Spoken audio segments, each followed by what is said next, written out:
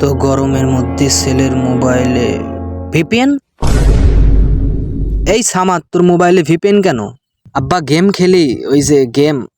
না না, এত গরমে গেম টেমও খেলা যাবে নি, আমি এই যে ভিপিএন ইনস্টল করে দিচ্ছি। আর ওয়াইফাই তো আছে গেম খেলতে, ভিপিএন লাগবে কেন?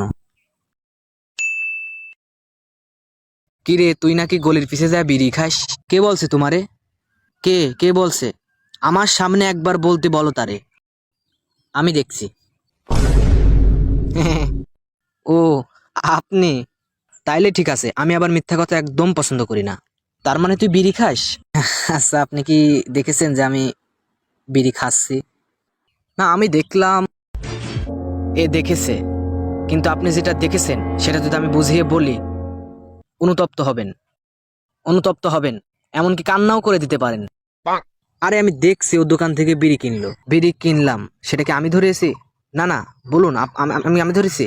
তাই তো, ও কি ধরিয়েছে নাকি আপনি কি দেখেছেন ও ধরিয়েছে? আরে দাদা, ও কিনে মন্টুর ছেলেকে দিল, মন্টুর ছেলে ধরায় আবার ওর কাছ দিল। এই যে আবার আর একটা ভুল। ভুল কেন হবে? তুমি ওর কাছ থেকে নিয়ে টান মারলা, আবার কাশি দিলা, কাশছিলে না? বলো, কাশছিলে না? সেটাই। আচ্ছা, আমরা যদি বিড়ি খেয়ে থাকতাম তাহলে কি আমরা কাশতাম? বলুন, কাশতাম? না না, ও কিন্তু ঠিকই বলেছে, বিড়ি আসলে যে বিড়ি খায় তারা কিন্তু কাশে না। কিন্তু হ্যাঁ, প্রশ্নটা এখন আমি ওখানে কেন? আসলে বিড়িটা মন্টুর ছেলে খায়, আমি দোকান থেকে বিড়িটা কিনে মুখে এভাবে নিয়ে দেখালাম, এভাবে কাশি দিয়ে দেখালাম। তুই যদি বিড়ি খাওয়া না ছাড়িস তাহলে তোর ভবিষ্যতে আরো বেশি সমস্যা হবে। এসব ঠিক না, এটা নিয়ে আমরা ডিসকাস করতেছিলাম। আরে দাদা আর বাবা, তুমি মানুষের কথায় আমায় ছি। আমি কি বিড়ি খেতে পারি বাবা?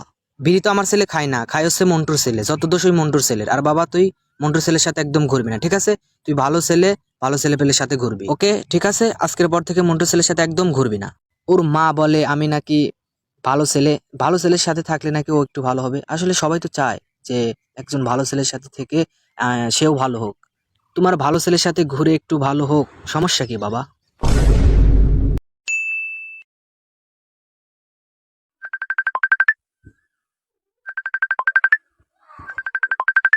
হ্যালো আব্বা, আসসালামু আলাইকুম। কিরে বাচ্চোদ, হুজুর হলে কবে থেকে? বকা দিল কে? বকা এই বকা দিল কে? এই বকা দিল কে? কই আমার এতে? আঙ্কেল আমি। হ্যাঁ, বেয়াদব ছেলে, বকা দিয়ে আবার বলতেছে আমি দিয়েছি। আঙ্কেল, হুদাই আপনি ভুল বুঝতেছেন, আমি তো আপনার গালি দেই নাই। কি কোনো গালি হইলো? এই যুগের ফ্যাশন আঙ্কেল, এসব তো গালি না, এসব ফ্যাশন। এই ছেলেই, তোমার বাপের নাম্বার দাও, তোমার বাপের নাম্বার দাও। ফ্যাশন শেখাচ্ছ আমারে তুমি? হ্যাঁ, তোমার বাপের নাম্বার দাও এখনই। এই বেটা, এই এটা কি করলি? মনে নাই আমার আব্বা যখন ফোন দিছিল তুই আমার বাপের সামনে কেমন হাজি সাজছিলি? বেটা, এখন টাকা পয়সা চাইলে তোর কাছে আব্বা জিজ্ঞাসা করে নেয়। ঠিক আছে, এখন বোঝে কেমন লাগে। আরে বলদের ঘরে বলদ, তুইও তো আমার আব্বার সামনে ভালো সাজবি, যাতে আমার আব্বাও বিশ্বাস করে আমার দায়িত্বটা তোর পার দেয়। হালা ইন্দুরপতি, এটা কি করলি তুই? তাই তো,